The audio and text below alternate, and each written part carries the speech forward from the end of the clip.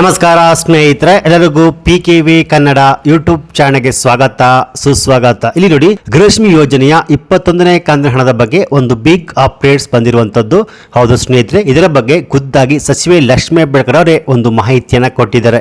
ಇಲ್ಲಿ 21ನೇ ಕಂತಿನ ಹಣ ಬಂದಿಲ್ಲ ಅಂತ ರಾಜ್ಯದ ಅನೇಕ ಮಹಿಳೆಯರು ಆಕ್ರೋಶವನ್ನೇ ವ್ಯಕ್ತಪಡಿಸ್ತಾನೆ ಇದ್ದಾರೆ. ಯಾಕೆಂದ್ರೆ ಈಗಾಗಲೇ 21ನೇ ಕಂತಿನ ಹಣ ರಾಜ್ಯದ ಮಹಿಳಾ ಬ್ಯಾಂಕಿನ ಅಕೌಂಟ್ಗೆ ಜಮಾ ಆಗಬೇಕಾಗಿತ್ತು, ಆದ್ರೆ ಇನ್ನೂ ಕೂಡ ಜಮಾ ಆಗಿಲ್ಲ ಅಂತ ರಾಜ್ಯದ ಮಹಿಳೆಯರು ತುಂಬಾನೇ ಆಕ್ರೋಶವನ್ನು ವ್ಯಕ್ತಪಡಿಸ್ತಾನೆ ಇದ್ದಾರೆ.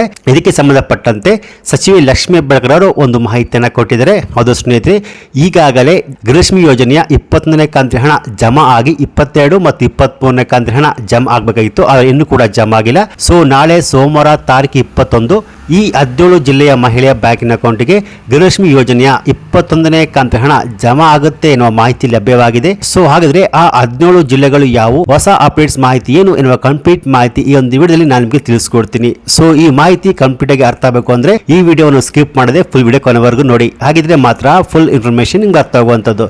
ಬನ್ನಿ ವಿಡಿಯೋವನ್ನು ಶುರು ಮಾಡೋಣ.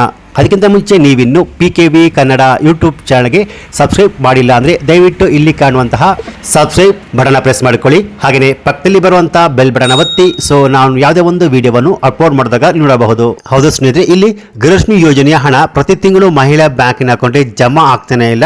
ಪ್ರತಿ ತಿಂಗಳು ನಿಮ್ಮ ಬ್ಯಾಂಕ್ ಖಾತೆಗೆ ಜಮಾ ಆಗುತ್ತೆ ಅಂತ ಸಚಿವರು ಹಾಗೆಯೇ ಮಂತ್ರಿಗಳು ಹೇಳಿದ್ರು ಕೂಡ ಇಲ್ಲಿ ರಾಜ್ಯದ ಮಹಿಳೆಯ ಬ್ಯಾಂಕಿನ ಅಕೌಂಟ್ಗೆ ಜಮಾ ಆಗಿಲ್ಲ. ಎಲೆಕ್ಷನ್ ಆದ ಟೈಮಲ್ಲಿ ನಿಮ್ಮ ಬ್ಯಾಂಕ್ ಖಾತೆಗೆ ಪ್ರತಿ ತಿಂಗಳು 2,000 ರೂಪಾಯಿ ಹಣ ಬಂದು ಬೀಳುತ್ತೆ ಅಂತ ಹೇಳಿದ್ರು. ಆದ್ರೆ ಇವಾಗ 2 ತಿಂಗಳು 3 ತಿಂಗಳು ಆದ್ರೂ ಕೂಡ ಗೃಹಲಕ್ಷ್ಮಿ ಯೋಜನೆ ಹಣ ಜಮಾ ಆಗ್ತಿಲ್ಲ.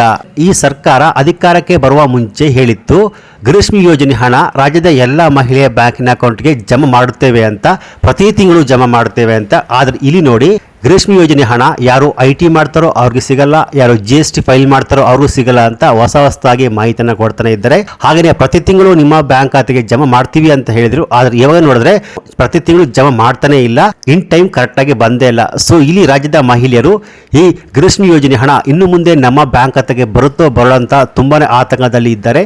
ಸೊ ಇವಾಗ 21ನೇ ಕಂತಿನ ಹಣವು ಕೂಡ 2-3 ತಿಂಗಳು ಆದರೂ ಕೂಡ ರಾಜ್ಯದ ಮಹಿಳಾ ಬ್ಯಾಂಕಿನ ಅಕೌಂಟ್ಗೆ ಇನ್ನೂ ಕೂಡ ಜಮಾ ಆಗಿಲ್ಲ.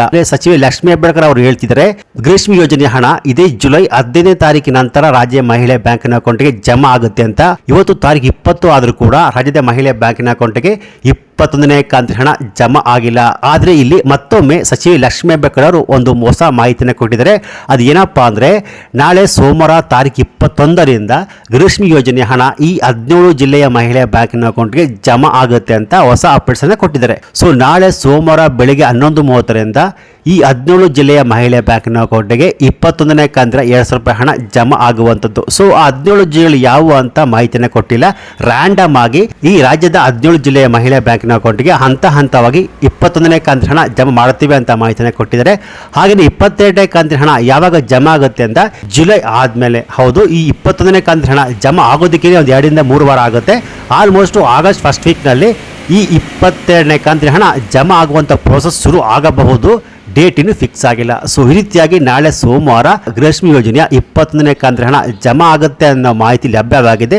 ಸೊ ನೋಡಬೇಕು ನಾಳೆ ಯಾವ ಜಿಲ್ಲೆಯ ಮಹಿಳಾ ಬ್ಯಾಂಕಿನ ಅಕೌಂಟ್ಗೆ ಗೃಹಲಕ್ಷ್ಮಿ ಯೋಜನೆಯ ಹಣ ಜಮಾ ಆಗುತ್ತೆ ಅಂತ. ಸೊ ಒಂದು ವೇಳೆ ನಾಳೆ ನಿಮ್ಮ ಬ್ಯಾಂಕಿನ ಅಕೌಂಟ್ಗೆ 21ನೇ ಕಂತಿನ ಹಣ ಜಮಾ ಆಗಿದ್ರೆ ನಿಮ್ಮ ಊರಿನ ಹೆಸರನ್ನು ಕಮೆಂಟ್ ಮಾಡಿ, ಹಣ ಜಮಾ ಆಗಿದೆ ಅಂತ ಕಮೆಂಟ್ಸ್ ಅನ್ನು ಮಾಡಬಹುದು. ಯಾಕೆಂದ್ರೆ ಬೇರೆಯವ್ರಿಗೂ ಗೊತ್ತಾಗುತ್ತೆ ಈ 21ನೇ ಕಂತಿನ ಹಣ ಜಮಾ ಆಗಲು ಶುರು ಆಗಿದೆ ಅಂತ. ಒಂದು ವೇಳೆ ಜಮಾ ಆಗಿಲ್ಲ ಅಂದ್ರೆ ಜಮಾ ಆಗಿಲ್ಲ ಅಂತ ನಿಮ್ಮ ಊರಿನ ಹೆಸರನ್ನು ಕಮೆಂಟ್ ಅನ್ನು ಮಾಡಬಹುದು. ಸೊ ಈ ಮಾಹಿತಿ ನಿಮಗೆ ಇಷ್ಟ ಆಗಿದ್ರೆ ಈ ವಿಡಿಯೋಗೊಂದು ಲೈಕ್ ಕೊಟ್ಟು ಈ ವಿಡಿಯೋವನ್ನು ಗೃಹಲಕ್ಷ್ಮಿ ಯೋಜನೆ ಹಣ ಪಡೆದಿರುವ ಎಲ್ಲ ಮಹಿಳೆಗೆ ಶೇರ್ ಮಾಡಿ. ಹಾಗೆಯೇ ಈ ರೀತಿಯಾದ ಸರ್ಕಾರಿ ಮಾಹಿತಿಗೆ ಕೂಡಲೇ PKV Kannada YouTube channel subscribe ಮಾಡಿ. Thanks for watching.